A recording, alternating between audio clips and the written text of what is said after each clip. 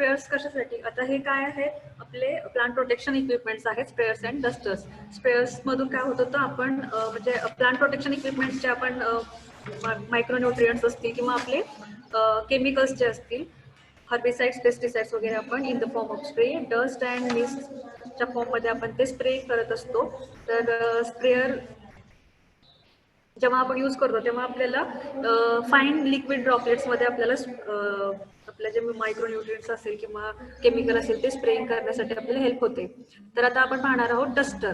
तर डस्टरमध्येच आपल्याला लक्षात येतंय डस्ट फॉर्ममध्ये जेव्हा आपण ऍप्लिकेशन करत असतो आपल्या मायक्रोन्यूट्रियंट्स किंवा केमिकल्सचं, तर त्यावेळी यूज केले जाणारे मशीन्स म्हणजे dusters. Duster is a machine which is helpful for applying chemical in form of dust. Dust म्हणजे आपण पावडर फॉर्म असते, पावडरमध्ये ते केमिकल असतं, ते पावडर फॉर्ममध्ये असतं आणि त्याचं आपण ऍप्लिकेशन करत असतो आपल्या प्लांटवरती किंवा आपल्या फील्डमध्ये. तर duster is a machine to apply chemical in the form of dust. इकडे बघा तुम्हाला दिसेल, तर हे एक हे सुद्धा स्प्रेयर सारखं मशीन आहे इन विच काय केलं जातं, तर तुमचं केमिकल पावडर फॉर्म मधलं केमिकल किंवा ते डस्ट प्लांट वरती अप्लाय केलं जातं for protection from pests or insects or paste or, तर ते कंट्रोल करण्यासाठी आपण काय करतो, डस्टर्स यूज करत असतो. डस्टर्स काय करत असतात, use of air streams to carry pesticides or fungicides or insecticides in finely divided dry form of plant. जेव्हा तुमच्या प्लांट वरती ड्राय फॉर्म ऑफ केमिकल म्हणजे त्या केमिकलचा ड्राय फॉर्म म्हणजे तुम्हाला मी मगाशी सांगितलं in the form of powder, म्हणजे ते डस्ट एअर स्ट्रीमच्या साह्याने ते काय केलं जातं, ब्लो केलं जातं त्या प्लांट वरती. तर हे असं आपल्या प्लांट प्रोटेक्शन इक्विपमेंट आहे हे डस्टर, ज्याच्यामध्ये काय केलं जातं ऑफ डस्ट ते केमिकल स्प्रेड केलं जातं. तर आता डस्टरचे components. What are the components of dusters? वेगवेगळे कंपोनंट्स आहेत. फर्स्ट आहे हॉपर आहे, एजिटेटर, फीड कंट्रोल, फॅन और ब्लोअर, त्यानंतर डिलिव्हरी नोझल. आता फर्स्ट आपण पाहूया हॉपर. हॉपर म्हणजे काय, तर डस्टरमध्ये hopper works at it is use for it is use as container, म्हणजे तुमची जे डस्ट फॉर्म मधलं जे केमिकल आहे किंवा ते जे फाईन पावडर आहे तर ते कॅरी करण्यासाठी हॉपर असतं. आणि त्या हॉपरला एजिटेटर प्रोव्हाइड केलेलं असतं. तर agitator what is the use of agitator? तर एजिटेटर म्हणजे काय, तर तुमचं proper shaking and mixing of dust, तुमचे जे त्या कंटेनर मधलं डस्ट आहे किंवा कंटेनर मध्ये तुमची जी पावडर आहे त्याला प्रॉपरली शेक अँड मिक्स केलेलं असलं पाहिजे. तर ते काय होतं, प्रॉपरली आपल्याला युनिफॉर्मली स्प्रेड करण्यासाठी एजिटेटर्स डस्टरमध्ये असतात. त्यानंतरचं इम्पॉर्टंट कंपोनंट आहे फीड कंट्रोल. आता फीड कंट्रोल म्हणजे तुमचं फीड म्हणजे काय झालं, तर तुमचं डस्ट किंवा ते केमिकल पावडर फॉर्म मधलं तुमचं केमिकल, तर त्याला काय करायचं, त्याचा रेट कंट्रोल करायचं for controlling rate of feed or dust by mechanical means or manual means. म्हणजे तुम्ही मॅन्युअली सुद्धा त्याला कंट्रोल करू शकता किंवा मेकॅनिकल, जर पॉवर ऑपरेटेड डस्टर्स असतील तर त्याच्यामध्ये मेकॅनिझम प्रोव्हाइड केलेलं असतं फीड कंट्रोलसाठी. त्यानंतर इथं इम्पॉर्टंट आहे फॅन आणि ब्लोअर. डस्टर म्हणलं की फॅन आणि ब्लोअर पाहिजे, कारण की आपण मगाशी सांगितलं dusters make use of air stream to carry the chemical. तर एअर स्ट्रीमसाठी काय आपल्याला पाहिजे, फॅन किंवा ब्लोअर. तिथं it is a must or it is most important component of duster. त्यानंतर अजून इम्पॉर्टंट, सगळ्यात इम्पॉर्टंट जे आहे ज्याच्यामधून आपले जे डस्ट आहे ती डस्ट डिलिव्हर होण्यासाठी किंवा स्प्रेड आउट होण्यासाठी डिलिव्हरी नोझल, जे आपण स्प्रेअरमध्ये सुद्धा वेगवेगळ्या टाईपचे नोझल्स पाहिले होते.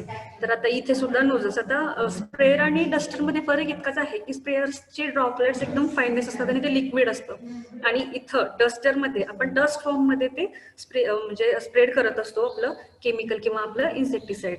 तर डिलिव्हरी नोझल्स काय करतात, डिलिव्हरी नोझल्सच्या सहाय्याने डस्ट स्प्रेड आउट करण्यासाठी आपल्याला हेल्प होते. हे झाले कंपोनंट्स ऑफ डस्टर. त्यानंतर वेगवेगळे टाईप्स आहेत डस्टरचे. टाईप्स ऑफ डस्टर, फर्स्ट आहे प्लंजर टाईप, सेकंड नॅपसॅक. नॅपसॅक टाईपचं स्प्रेअर सुद्धा आपण पाहिलं होतं, तुम्हाला लक्षात असेल तर आठवेल. त्यानंतर रोटरी टाईपचा डस्टर आणि फोर्थ आहे पॉवर ऑपरेटेड डस्टर. तर आपण एक एक पाहून घेऊया. फर्स्ट आहे प्लंजर डस्टर.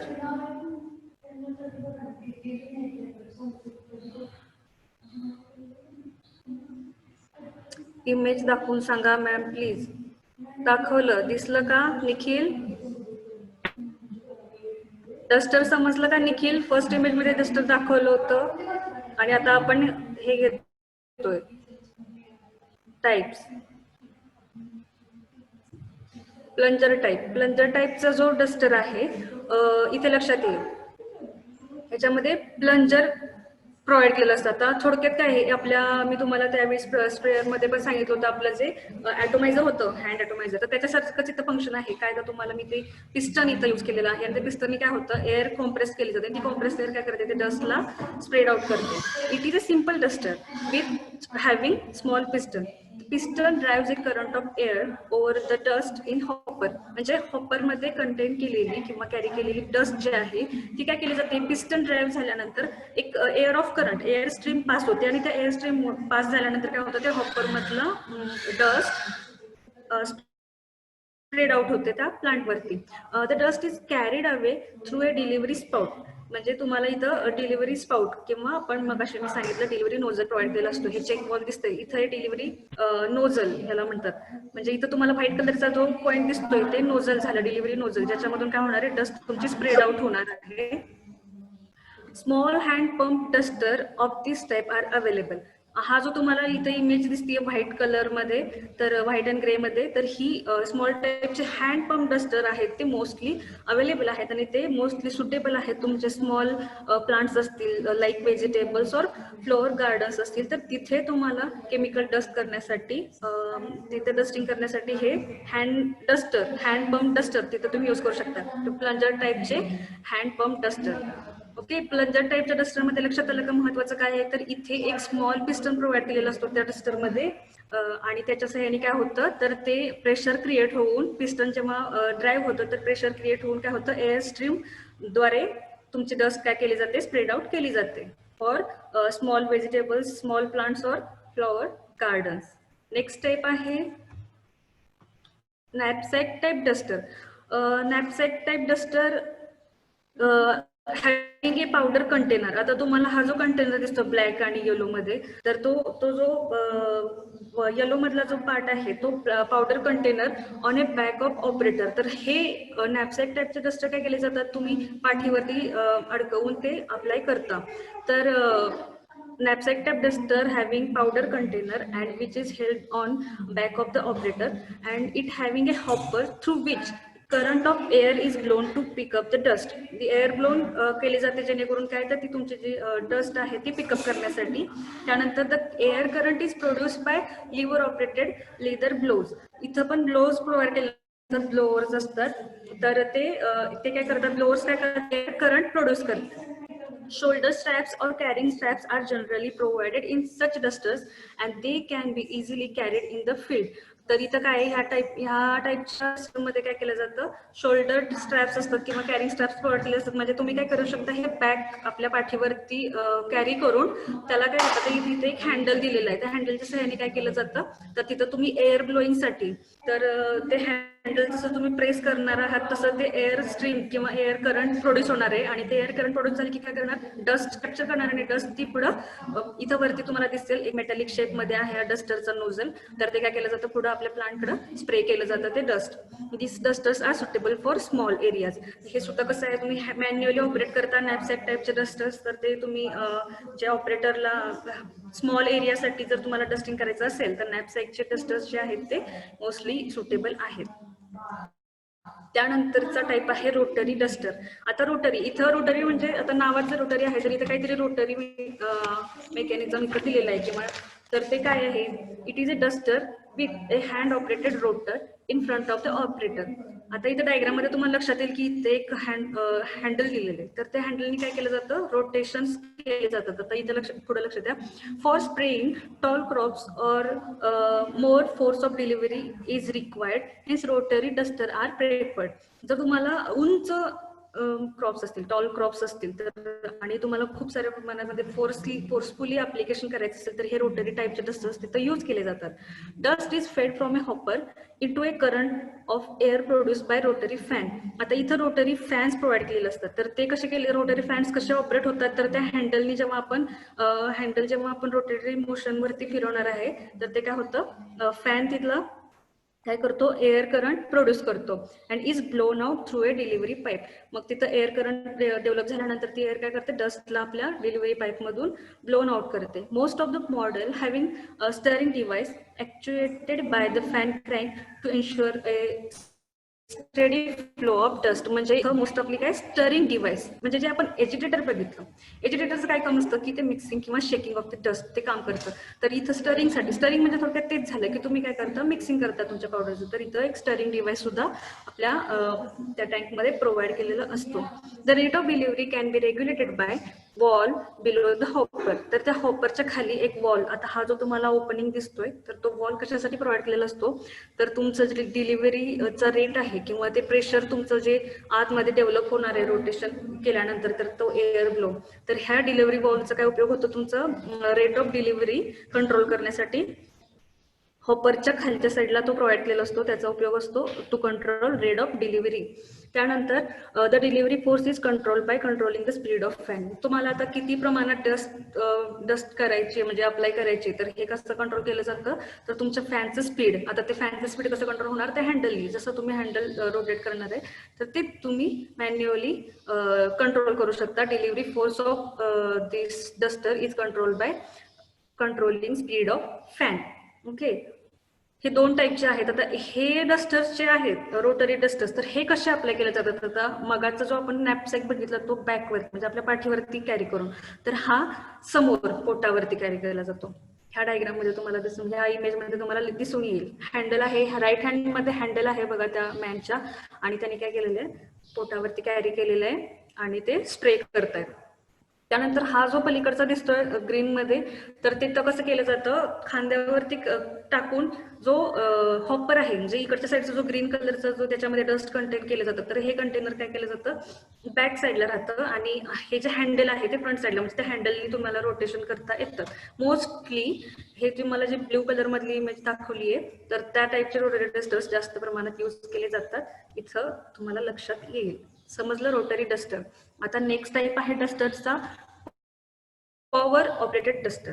आता पॉवर ऑपरेटेड डस्टर म्हणजे काय, तर इथं मेकॅनिझम्स पॉवर मेकॅनिझम्स आहेत. म्हणजे इथं जे फॅन्स आपण आतापर्यंत बघितलं की मगाशी जो फॅन होता कोणता रोटरीमध्ये, तर तो फॅन कसा ऑपरेट होत होता मॅन्युअली. आपण ते हँडल रोटेट केल्यानंतर ते एअर काय होणार होती, एअर करंट तिथं प्रोड्यूस होणार होती. इथं सगळं पॉवर ऑपरेटेड असणार आहे, ऑटोमॅटिक.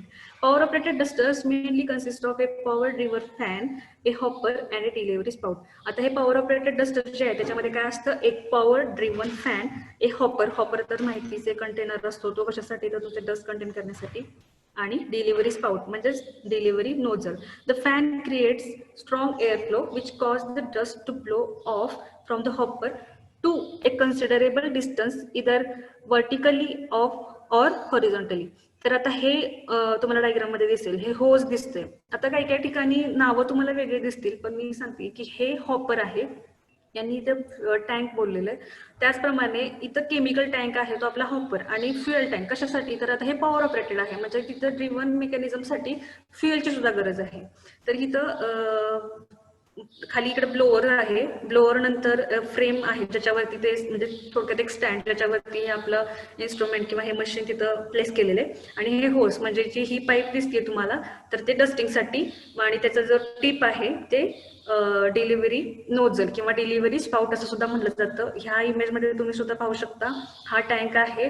त्यानंतर इकडं पॉवर ऑपरेटेड फॅन आहे म्हणजे तो ब्लोअर, त्या ब्लोअर मधून एअर स्ट्रीम जेव्हा क्रिएट होणार आहे तर ती एअर स्ट्रीम किंवा ते एअर करंट काय करणार आहे, डस्ट ती काय करणार आहे, ह्या पाईप मधून, ही ब्लॅक कलरची पाईप दिसते आणि टिपला जो शेप आहे तो डिलिव्हरी नोझल आहे, ते डिलिव्हरी नोझल मधून काय होतं, डस्ट आपली स्प्रेड आउट केली जाते.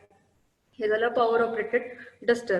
तर इथं काय आहे, हे हॉपर्स आहेत ते मोस्टली काय हॉरिझॉन्टली और व्हर्टिकली प्लेस केलेले असतात. तर कशासाठी हे फॅन्स काय करतात, महत्वाचं तुम्हाला कंपोनंट काय सांगितलं, first power driven fan. Power driven fan काय करतं, एअर फ्लो क्रिएट करतं. त्यानंतर हॉपर काय करतं, तर तुमचं डस्ट आहे ते कॅरी करतं किंवा कंटेनिंग ऑफ डस्ट. त्यानंतर तुमचं डिलिव्हरी स्पाउट, त्याच्यातून काय होणार आहे, तर तुमचं जे डस्ट आहे, डस्ट किंवा ते केमिकल जे आहे ते स्प्रेड आउट करण्यासाठी delivery spouter, it is also known as delivery nozzle.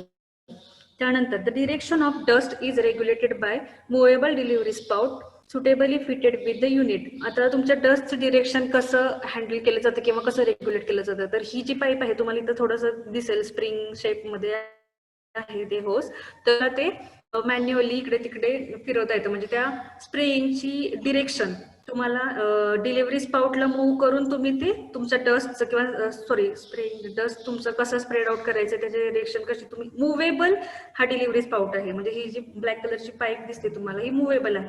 त्याला ऍडजस्ट करून तुम्ही डिरेक्शन ऑफ डस्टिंग रेग्युलेट करू शकता.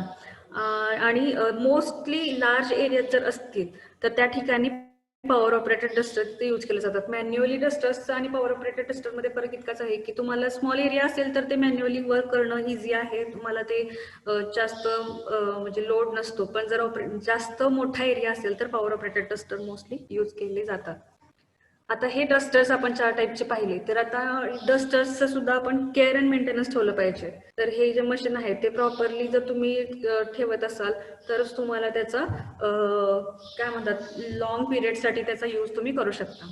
तर फर्स्ट केअर अँड मेंटेनन्स मध्ये फर्स्ट पॉईंट आहे, dusters should be thoroughly clean before and after use with suitable brush. आता हे डस्टर जे आहेत, तुम्ही ऑपरेशन्स करता, तुम्ही ऍप्लिकेशन्स करता, तर त्या ऍप्लिकेशन्सच्या बिफोर आणि ऍप्लिकेशन आफ्टर दोन्ही टाइमला ते प्रॉपरली क्लीन केलेले असले पाहिजे. त्यासाठी ब्रशेस प्रोव्हाइड केलेले असतात, तर सुटेबल ब्रश यूज करून तुमचे कंटेनर, हॉपर, ते सगळं स्पाउट्स असतील, डिलिव्हरी नोझल वगैरे क्लीन करून ठेवले असलेले पाहिजेत.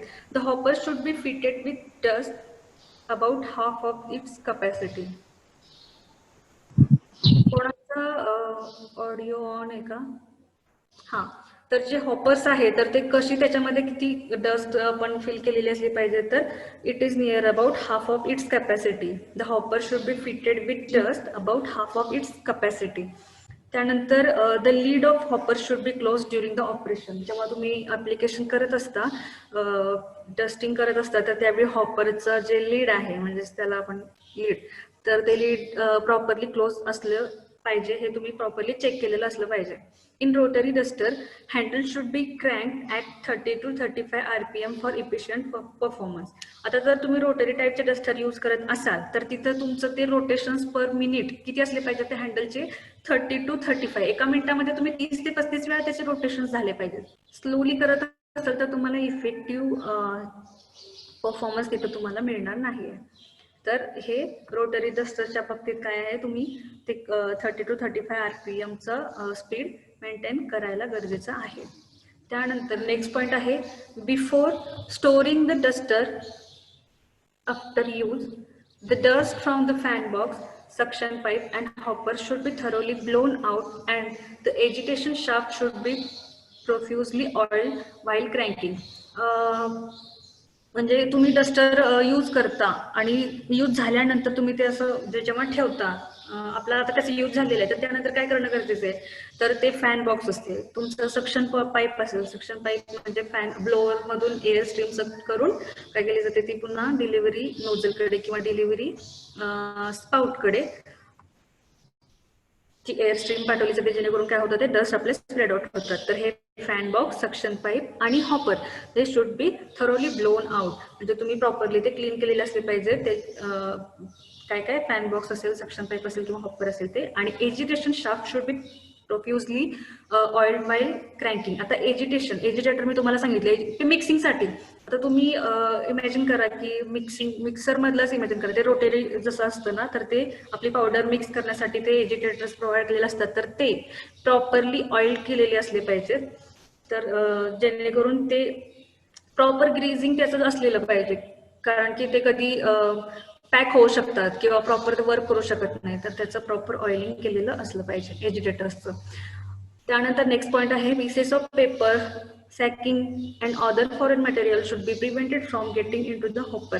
म्हणजे तुम्ही हॉपरमध्ये जे डस्ट आपण आता कंटेन करतोय, तुमचं केमिकल कंटेन करताय, तर त्याच्यामध्ये फॉरेन मटेरियल्स नसायला हवेत, नाहीतर तुम्हाला प्रॉपर डस्टिंग मिळणार नाही. तर काय होऊ शकतं, चॉक होऊ शकतो तुमचा जो डस्टर आहे तो, किंवा नोझलमधून प्रॉपरली डस्ट बाहेर नाही पडू शकत. तर असं पेपर्सचे पार्टिकल्स असतील, पीसेस असतील किंवा फॉरेन मटेरियल्स असतील, तर ते रिमूव्ह केलेले असले पाहिजेत.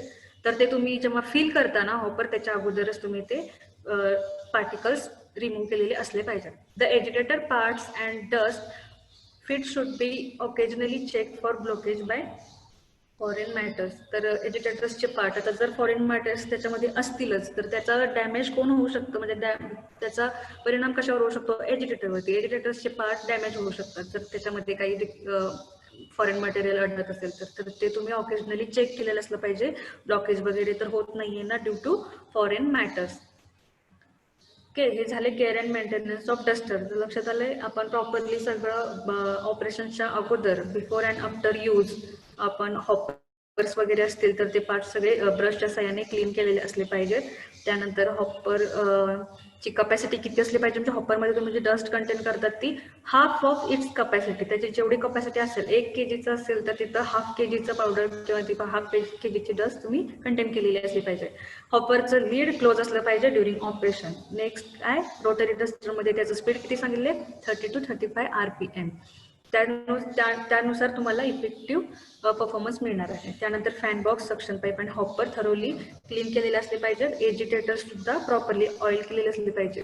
फॉरेन मटेरियल सुद्धा प्रिव्हेंट केलेले असले पाहिजे तुमच्या हॉपरमधल्या डस्टमधून. आणि जरी फॉरेन मटेरियल्स अडकले आणि जर ब्लॉकेजेस झाले असतील तर एजिटेटर पार्ट्स डॅमेज झालेले आहेत का, तर हे ऑकेजनली तुम्ही चेक केलेलं असलं पाहिजे. Next, essential spares part to be kept in stock. आता हे तुम्ही जस्ट लक्षात ठेवा की इथे यांनी असं सांगितलेलं आहे की आपल्याला डस्टर जर आपल्याकडे असेल आणि त्याचं आपण डस्टिंग करत असतो, तर कोणते कोणते असे पार्ट्स आहेत जे आपल्याकडे स्टॉकमध्ये असले पाहिजेत. संकेत, काय डाऊट आहे?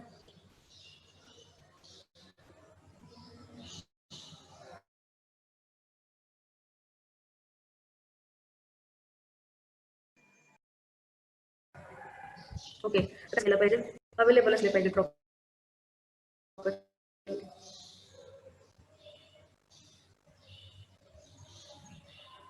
ओके, आवाज येतोय? एज्युटेटर्स असतील, फीड कंट्रोल लिव्हर असेल, ब्रशेस असतील, शाफ्ट असतील, क्रँक हँडल असेल जो रोटरीमध्ये आपण यूज करत होतो किंवा नॅपसॅकमध्ये सुद्धा हँडल होते. त्यानंतर होस, म्हणजेच ते आपलं नोझल स्पाउट असतील किंवा नोझल्स असतील, नट्स, स्क्रूज, जे काही आपले नट्स वगैरे आपल्याला बोल्ट्स लागत असतील ते सर्व स्टॉकमध्ये असलं पाहिजे, जेणेकरून काय होईल, जर काही तिथं डॅमेजेस झाले ऑपरेशन्स करत असताना किंवा आयत्या वेळी, तुम्हाला तिथं हे पार्ट स्टॉकमध्ये असणं गरजेचं आहे. नेक्स्ट पॉईंट आहे प्रिकॉशन्स यूज ऑफ इन्सेक्टिसाइड. तर आता इन्सेक्टिसाइड्सचं जेव्हा आपण यूज करत असतो तेव्हा काय काय काळजी घेतली पाहिजे. फर्स्ट पॉईंट आहे, the name of container should be read carefully and manufactures instruction should be followed. आपण जे इन्सेक्टिसाइड अप्लाय करतोय ते बरोबर इन्सेक्टिसाइड घेतलेलं आहे का, हे त्या कंटेनरवरती आहे, तर ते तुम्ही ते नेम प्रॉपर रीड केलेलं असलं पाहिजे, केअरफुली रीड. अँड त्याच्यावरती जे इन्स्ट्रक्शन्स दिलेले असतात ॲप्लिकेशनसाठीचे, तर ते तुम्ही प्रॉपरली फॉलो केलेले असले पाहिजे. नेक्स्ट पॉईंट आहे, the pesticide should be kept always in container with proper name. ते जे पेस्टिसाइड किंवा इन्सेक्टिसाइड तुम्ही जे अप्लाय करणार आहे, ज्या कंटेनरमध्ये तुम्ही ते केप करता, तर ते कंटेनरला नेम दिलेलं गरजेचं आहे, त्याला प्रॉपर नेम दिलेलं असलं पाहिजे. The pesticide should be started in a safe and lock place so that children may not be touch them. काय तर तुमचे पेस्टिसाइड्स असते किंवा इन्सेक्टिसाइड्स जे आहेत, तर ते लहान मुलांच्या हाताला नाही लागणार अशा पद्धतीनं तुम्ही ते सेफली आणि लॉक प्लेसमध्ये स्टोअर करा, असं त्यांनी सांगितलेलं आहे प्रिकॉशनमध्ये, जेणेकरून काय त्याचा काय होऊ शकतो, धोका होऊ शकतो किंवा डेंजरस आहे चिल्ड्रन्ससाठी, त्यामुळे ते सेफली स्टोअर करणं गरजेचं आहे. Next point, the pesticide should never B place near food stuff or medicine. जिथं तुमचे खाण्याचे पदार्थ ठेवलेले आहात किंवा तुमचे मेडिसिन जे आहेत ते जे जिथं ठेवता तिथं तुमचे पेस्टिसाइड्स किंवा इन्सेक्टिसाइड्स ठेवायचे नाही आहे, कारण की तुमच्याकडून काय होऊ शकतं तिथं मिस्टेकली बाय मिस्टेक बऱ्याच ठिकाणी अशा केसेस घडतात की मेडिसिन ज्या आपल्याला माणसासाठी जे मेडिसिन्स आहेत ना तर बॉटल्स सेम असतात तुमच्या आणि कधी कधी तिथं कन्फ्युजन होण्याची शक्यता असते. तर त्यासाठी हे प्रिकॉशन घेणं गरजेचं आहे की तुम्ही जिथं फूड स्टफ तुमचे फूड मटेरियल ठेवता आणि मेडिसिन ठेवता तिथं ते पेस्टिसाइड किंवा इन्सेक्टिसाइडची बॉटल प्लेस नाही करायची. नेक्स्ट पॉईंट आहे empty container of dangerous pesticides should not be use for any alternative purpose. म्हणजे तुमचं कंटेनर आता यूज करून झालेलं आहे, ते पेस्टिसाइड वापरून झालेलं आहे, इन्सेक्टिसाइड वापरून झालेलं आहे, तर ते रिकामी बॉटल दुसऱ्या अल्टरनेटिव्ह पर्पजसाठी यूज करायची नाही आहे. It may be dangerous. त्यानंतर नेक्स्ट पॉईंट आहे necessary protective clothing should be used while handling pesticides. The pesticides bag should not be torn, but it should be cut with a knife. तुम्ही जेव्हा pesticides operation करत असता तर त्यावेळी protective clothes तुम्ही wear केलेले असले पाहिजेत. Necessary protective clothing should be use while handling pesticides. आणि पेस्टिसाइड्सची जी बॅग आहे should not be torn but it should B cut with knife. म्हणजे ती फाटलेली नसली पाहिजे, पण त्यांनी काय सांगितलेलं आहे की जर चाकू वगैरे तुम्ही यूज करत असाल तर ती शक्यतो फाटण्याची शक्यता असते पेस्टिसाइडची बॅग. तर ती तुम्ही प्रॉपरली तिथं टिअर नाही झालेली असली पाहिजे, तुम्ही तिथं प्रॉपरली चेक करायचं आहे. हे झाले तुमचे प्रिकॉशन्स आहेत जेव्हा इन्सेक्टिसाइड तुम्ही यूज करत असता, ऑपरेशन करत असता, तेव्हा आपल्या सेफ्टीसाठी कोणती कोणती काळजी घेतली जायला पाहिजे. तर ह्याबद्दल इथं काही पॉईंट्स तुम्हाला सांगितलेत इम्पॉर्टंट काय काय. तर तुम्ही मेन आहे कंटेनरचं नेम, म्हणजे जे पेस्टिसाइड तुम्ही यूज करताय त्याचं नेम केअरफुली रीड केलेलं असलं पाहिजे. मॅन्युफॅक्चरचे इन्स्ट्रक्शन फॉलो करा. त्यानंतर पेस्टिसाइड जिथं ज्या कंटेनरमध्ये केप्ट करतात तिथं प्रॉपरली नेमिंग करा. त्यानंतर चिल्ड्रन्सच्या हाताला लागणार नाही अशा पद्धतीने ते सेफली स्टोअर करा. त्यानंतर फूड स्टफ किंवा मेडिसिन जिथं प्लेस करतात तिथं तुमचे पेस्टिसाइड प्लेस करू नका. त्यानंतर तुमचा एम्प्टी कंटेनर अल्टरनेटिव्ह पर्पजसाठी यूज करू नका, इट इज डेंजरस. त्यानंतर तुम्ही जेव्हा ऍप्लिकेशन करता तेव्हा प्रोटेक्टिंग क्लोथ असतील ते वेअर करा. अजूनही आपण आता हे डस्टर पाहिले, मागच्या प्रॅक्टिकलला आपण स्प्रेयर्स पाहिले, तर अजूनही काही काही मशीन्स असे आहेत की जे आपण ऍप्लिकेशन ऑफ म्हणजे प्लांट प्रोटेक्शनसाठी तुमच्या पेस्टिसाइडसाठी इन्सेक्टिसाइड ऍप्लिकेशन करण्यासाठी यूज करतो. तर आता ही फर्स्ट इमेजमध्ये तुम्हाला दिसेल सीड ड्रेसर. तर सीड ड्रेसर काय आहे, it is a machine to apply coating of protective chemical to seeds. तर ह्या मशीनमध्ये काय केलं जातं, इथं फक्त लक्षात ठेवा, आपल्याला पण फक्त पॉईंट्स दिलेले आहेत म्हणजे जस्ट तुम्हाला ते मशीन माहिती असावं म्हणून. तर ते ह्या मशीनमध्ये काय केलं जातं, वरती हॉपर दिसतोय, सीड्स तुमचे त्या हॉपरमधून कलेक्ट केले जातात. आतमध्ये असं सिस्टीम दिलेली असते ज्याच्यामधून आपण प्रोटेक्टिव्ह केमिकल त्या सीडला कोट करण्यासाठी, बऱ्यापैकी घरात पण तुम्ही केलेले असेल, बऱ्यापैकी जे धान्य हात असतात ना ती तुम्ही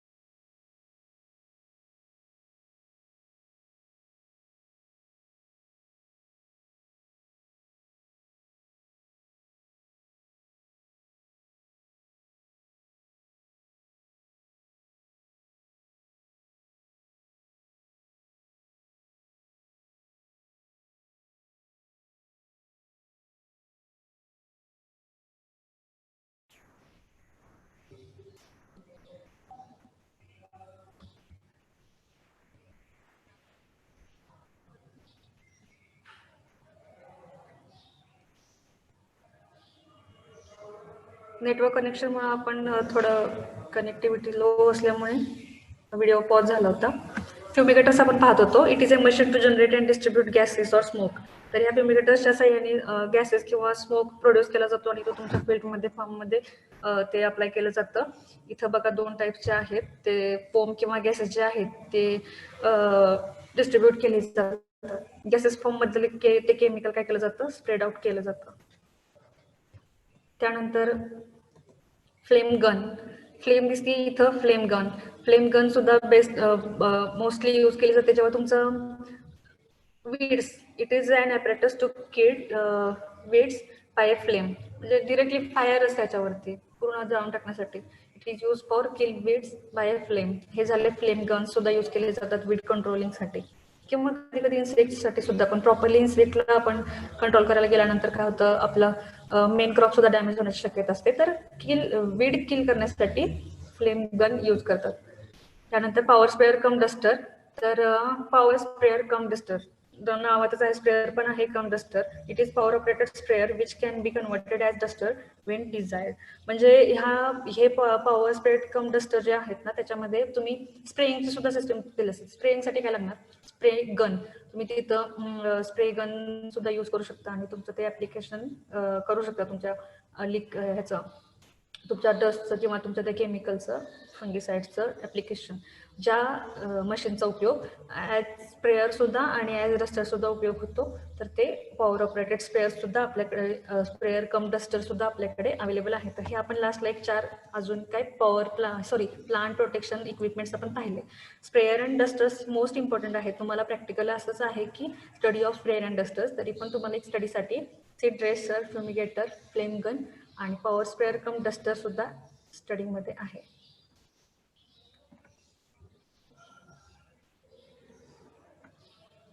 आपल्या 14 नंबरच्या प्रॅक्टिकलमध्ये कोणाला काही डाऊट आहे का?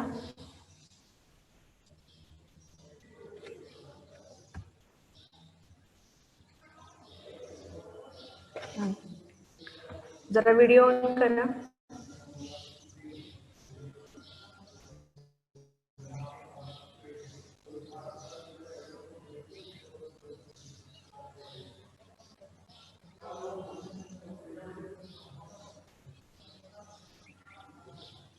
फटाफट. 91, शिवम कुंदे, 46, 34, 93.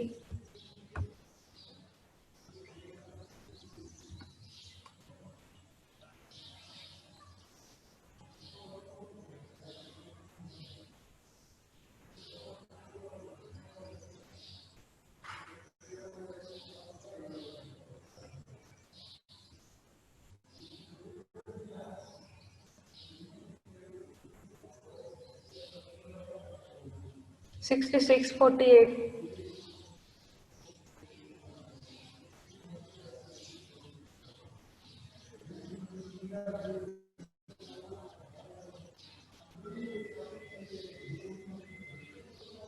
हर्षदा आहे की झोपली?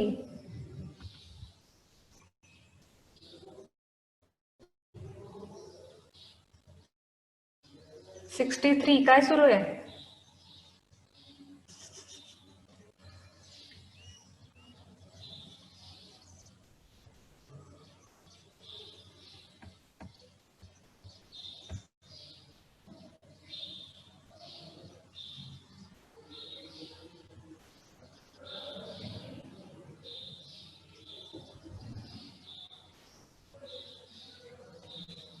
दिग्विजय नांगरे नाहीये का?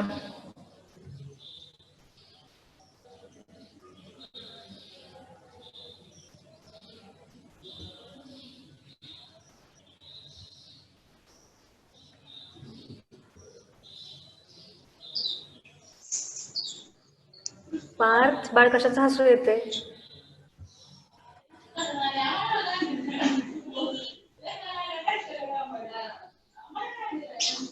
समजलेलं ना प्रॅक्टिकल? प्रॅक्टिकल लिहिले का?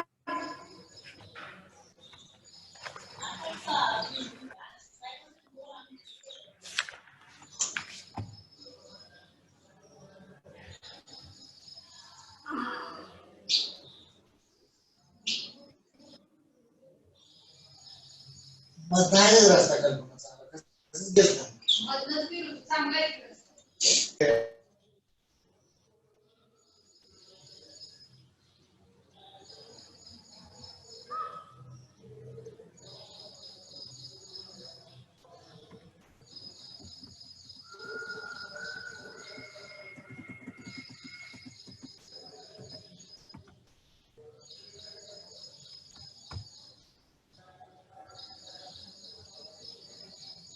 ओके, आपलं नेक्स्ट प्रॅक्टिकल आहे प्रॅक्टिकल नंबर 12.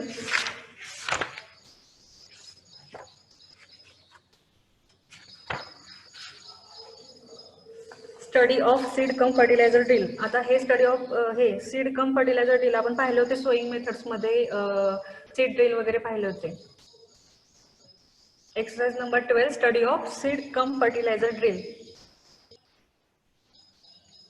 सीड ड्रिलचं काय काम आहे? It is a machine for placing the seed in a continuous flow in a furrow at uniform rate and at controlled depth with or without the arrangement of covering them with soil. Seed drill काय आहे? Seed drill is a machine कशासाठी? तर तुमचे seeds आहेत ते तुमच्या फील्डमध्ये, तुमच्या फरोमध्ये कंटिन्युअस फ्लोमध्ये ते आणि कसं युनिफॉर्म रेटमध्ये काय केलं प्लेस करण्यासाठी सीड ड्रिल्सचा उपयोग होतो. सीड ड्रिल्स म्हणजे डेप्थ कशी कंट्रोल केली जाते? सीड ड्रिलच्या साह्याने डेप्थ सुद्धा कंट्रोल केली जाते. तर ते फरोज कसे, आपण सीड ड्रिल वगैरे पाहिलं होतं, त्याचे कंपोनंट्स पाहिले होते. त्याला फरो ओपनर्स असतात किंवा फ्रेम असते. आपण अजून सुद्धा पुढे पाहणार आहे. ते थोडक्यात लेक्चर आपलं थेरीला झालेलं आहे, तरी पण प्रॅक्टिकलला आहे हा पॉईंट, तर आपण एकदा रिवाइज करूया.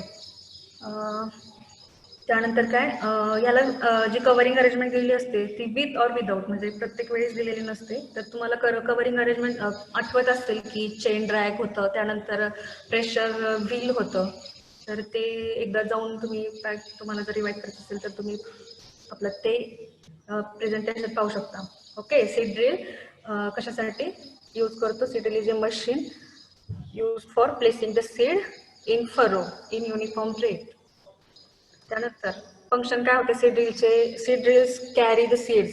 सीड ड्रिलची इमेज आठवली तुम्हाला? सीड ड्रिल्स आपण पाहिले होते. फंक्शन काय आहे? Seed drills carry the seeds. Next point आहे it use to open furrow to a uniform depth. Furrow openers असतं, त्याच्या साह्याने काय करतं? युनिफॉर्म डेप्थला फरो ओपन करत असतं फील्डमध्ये सीड ड्रिल्स. त्यानंतर it meters the seed. Seed metering म्हणजे काय? सीडला हॉपर पासून सीड ट्यूब पर्यंत पाठवण्याचं काम म्हणजे सीड मीटरिंग. त्यानंतर to place the seed in furrow in an acceptable pattern. तुम्हाला जशा पॅटर्नमध्ये पाहिजे, जशा रेटमध्ये पाहिजे त्या पद्धतीनं फरोजमध्ये सीड प्लेस करण्याचं काम सीड ड्रिल करत असतं. To cover the seed and compact the soil around the seed. जेव्हा तुम्ही फरो ओपन करता आणि त्याच्यामध्ये सीड ड्रॉप करत जाता, तर त्यानंतर ते सीड्स सॉइलच्या साह्याने कव्हर करायचं आणि compact the soil around the seed. तर ते कशा साह्याने करतो आपण? फरो क्लोजर्समध्ये ते सांगितलं होतं, ड्रॅग चेन असेल किंवा तुमचे प्रेशर व्हील्स असतील. हे झाले फंक्शन ऑफ सीड ड्रिल्स. त्यानंतर सीड ड्रिल्सचे क्लासिफिकेशन. आता जे सीड ड्रिल्स आपल्याकडे अवेलेबल आहेत तर ते मोस्टली त्याचे 2 टाइप्स पडतात.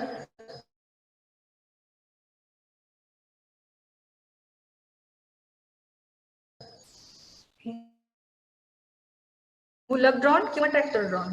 तुम्हाला ॲनिमल्सचा यूज करून ते ड्राईव्ह केले जातात. आणि त्यानंतर खालचे जे 2 डायग्राम्स असतात ते काय? ट्रॅक्टर ड्रॉन सीड ड्रिल्स आहेत.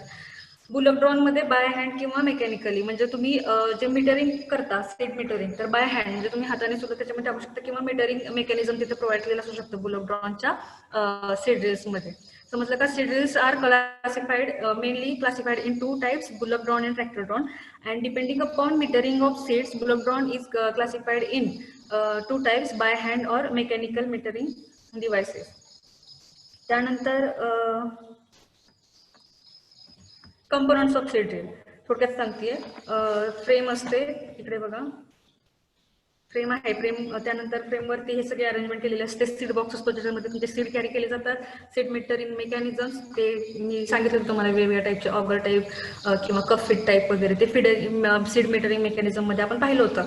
फरो ओपनर्स असतात. त्यानंतर कव्हरिंग डिव्हायसेस, त्यालाच फरो क्लोजर सुद्धा म्हटलं जातं. आणि ट्रान्सपोर्ट व्हील, जेणेकरून काय?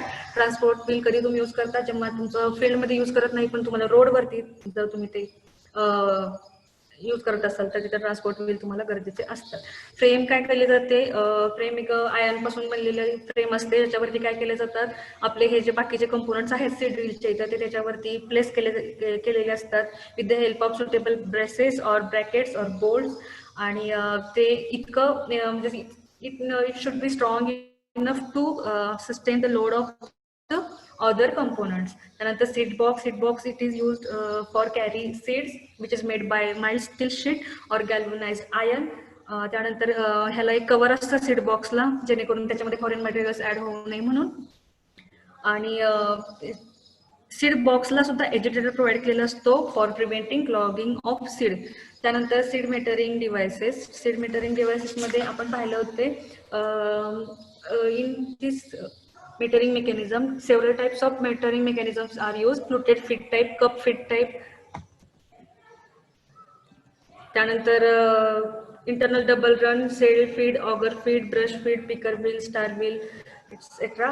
त्यानंतर कव्हरिंग डिव्हायसेस असतील म्हणजेच काय फरो क्लोजर्स आहे त्याच्यामध्ये आपण drags, chains, packers, rollers, wheels, pressure wheels वगैरे आपण पाहिले होते ते. आणि त्यानंतर ट्रान्सपोर्ट व्हील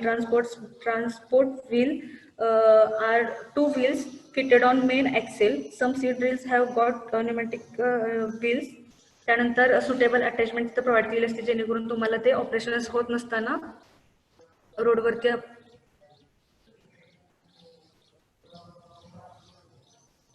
बापरे स्लाइड दिसत नाहीये.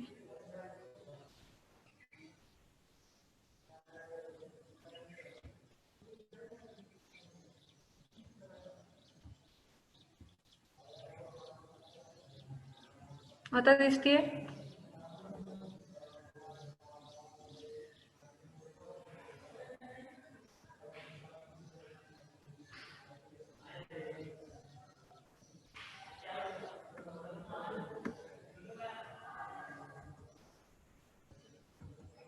आता पासवर्ड टाकली बघ.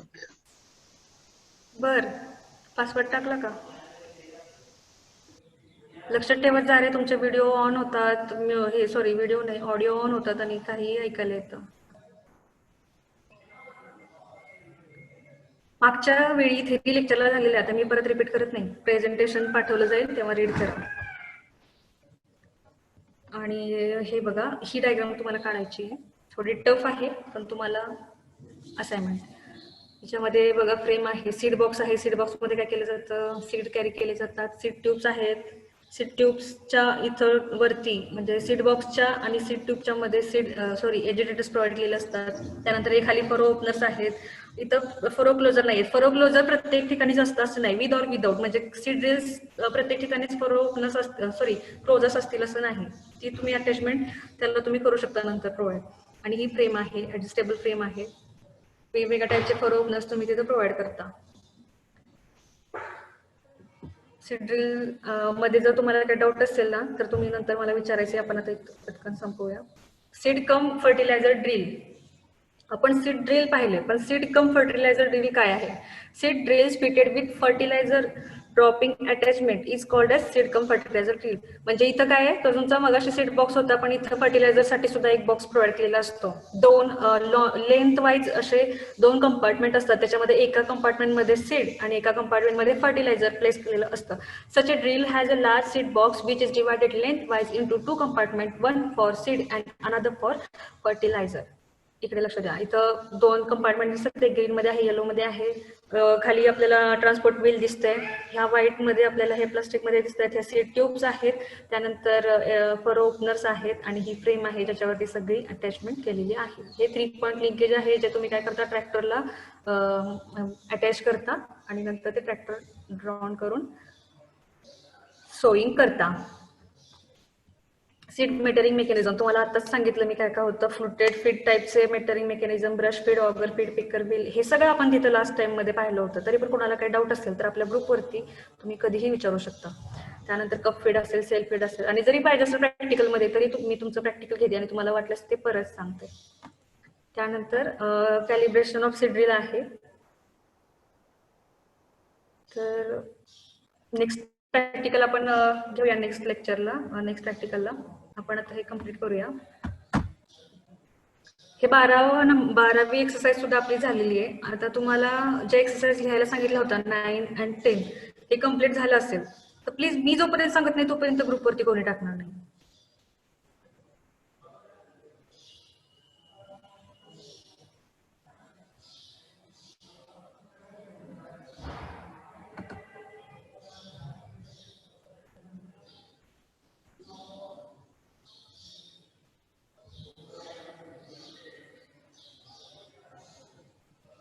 अशा पद्धतीने आपलं 14 नंबरचं प्रॅक्टिकल आणि 12 नंबरचं प्रॅक्टिकल कम्प्लीट झालेलं आहे. 14 नंबरचं practical study of sprayer and duster आणि 12 नंबरचं practical study of seed cum fertiliser drill.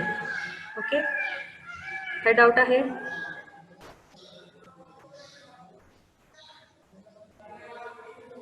एक मिनिट वेट करते. डाऊट असेल तर पटकन चॅट बॉक्स मध्ये सांगा, नाही तर आपण मीटिंग लिव्ह करतो.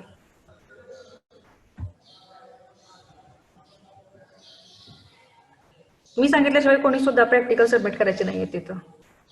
मी तुमची अटेंडन्स पहिले चेक करेल आणि मगच तुमचे प्रॅक्टिकल सबमिट करून घेतली जाते. कोणाला काही डाऊट दिसत नाहीये, मीटिंग लिव्ह करतो.